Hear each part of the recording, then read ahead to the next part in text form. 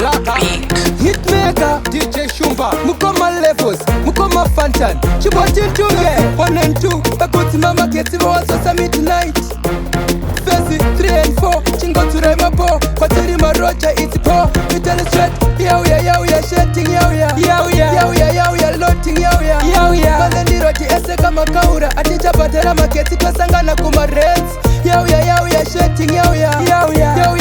loading yow ya, Malandi Roti Eseka Makaura, Atija Batera Maketi Kasangana Kuma Reds, Taiti pinza busy, kutazaka na kupatara maskufizi, kaende shao, timbo cha easy, kutaurashua, hati sabala, ushate kwe shimwe, kuna kakwe shimwe, diri kufara kungenda vanyika zimwe, kunzalaka hanjinaka na phone, saka yusi ya mageti handinga yuoni, yow ya, shitting yow ya, loading yow ya, Malandi Roti Eseka Makaura, Atija Batera Maketi Kasangana Kuma Reds, yow ya, shitting yow ya,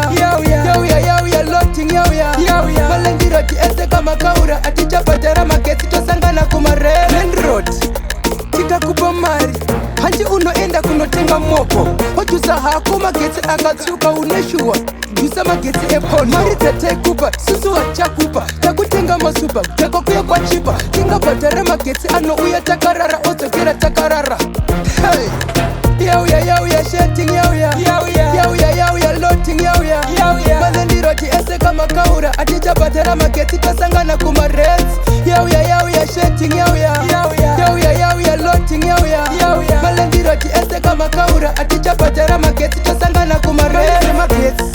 Taiti pinza busy, kutazaka na kupatara maskufizi, kaende shao, timbo cha easy, kutaurashua, hati sabala, ushate kwe shimwe,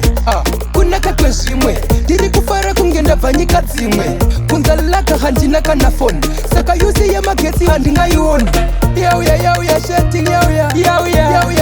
loading yow ya, Malandi Roti Eseka Makaura, Atija Batera Maketi Kasangana Kuma Reds, yow ya, shitting yow ya, loading yow ya, Malandi Roti Eseka Makaura, Atija Batera Maketi Kasangana Kuma Reds.